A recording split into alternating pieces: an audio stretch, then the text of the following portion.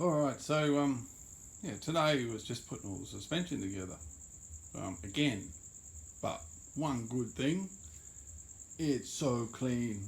It's so nice and clean.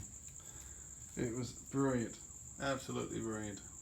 It's nice to actually work on something that isn't filthy, dirty, grimy, gross. It's an absolute bloody pleasure, to be honest. Well, look, no real tricks to it. Follow the instructions on the bushing packet, really. So I'll go through it briefly. These ones I had to contract out. There's a special press for these, really. So that was fine. Where's the other sets? Bushing. Anyway, these are easy. These just bolt together. There's nothing to them. So these ones here, yeah, so you've got to be a bit careful putting these ones in, because as you put them in, the two arms, as in that one, they push together as you push the bushing in.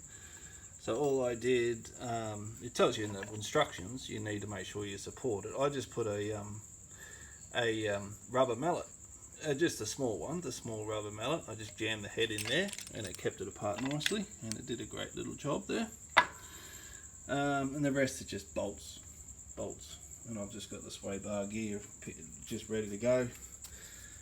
These are quite straightforward. The rubber, it looks really funny as I push them in. I just used a large socket, the flat face of the large socket, and just pushed them in with the tool, with the bushing install tool. It's nothing. It just sort of bends and twists, and then pop, it just goes in.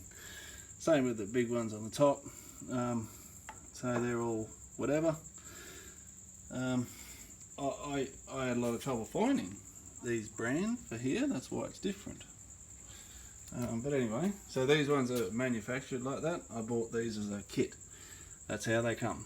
You just buy a whole new thing. But I suppose the other ones were a lot dented and a bit damaged, so they weren't really repairable in my book. So yeah, I just put the Watts linkage set up. They're easy. Just same deal with the socket. You just put the bushing tool on one side, and with the socket just push them together. I just used the two big black pieces from the bushing tool, because using a socket they get all mushy. So I just used like that on either side and put the bar through and just screwed them together, and they went in nicely. So don't bother using sockets on the Watts linkage ones. They're just a nuisance otherwise. So everything else is pretty straightforward. I just set up everything else ready to put the stuff in tomorrow.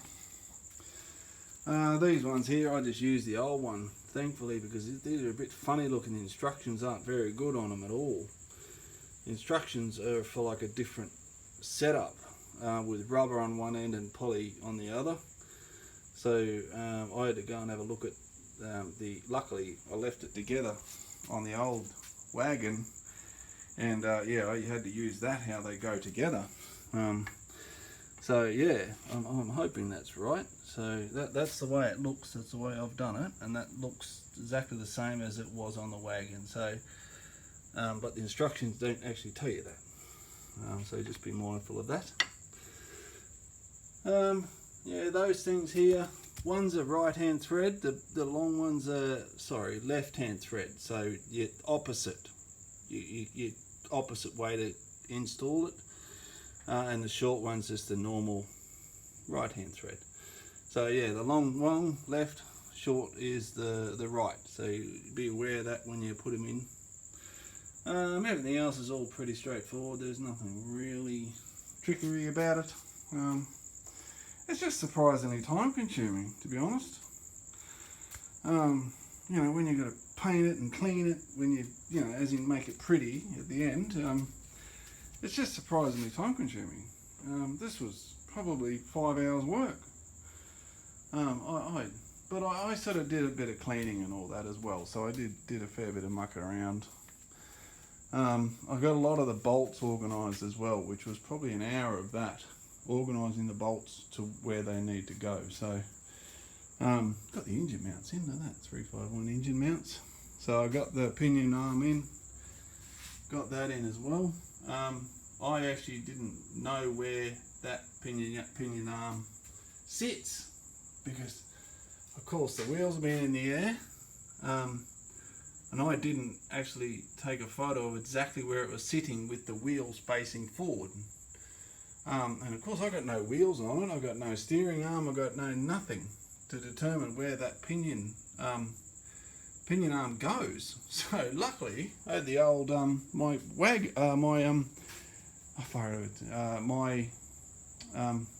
yellow car, the yellow XE. So I went and checked on that and put the wheels straight and did 1 1/4 turns with this thing to make sure that was wheel straight.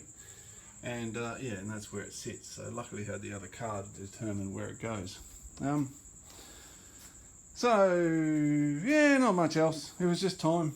That's all it was, just lots and lots of time to put all that stuff together. A lot of prettying up, making it look good, organising as well. So, but that's all good. It is what it is. I love the aircon today. It's so hot now. It's 8:30 and I've finished work and I've just turned the aircon off, and look at that. That's how sweaty it is. That's 5 minutes without the aircon on. It is so humid, it's insane. Anyway, it's been good with the aircon on all day. It's been bloody beautiful.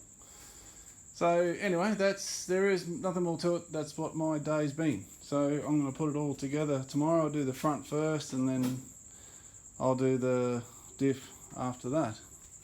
I'll get everything hung, ready to roll, so it's all good. No worries. So the car will look different tomorrow. If all goes well, it'll have bloody wheels. If I get a good day at it. So, of course, weekends. So family stuff kicks in on the weekends. So, anyway, yeah, very good. Thank you. Cheers.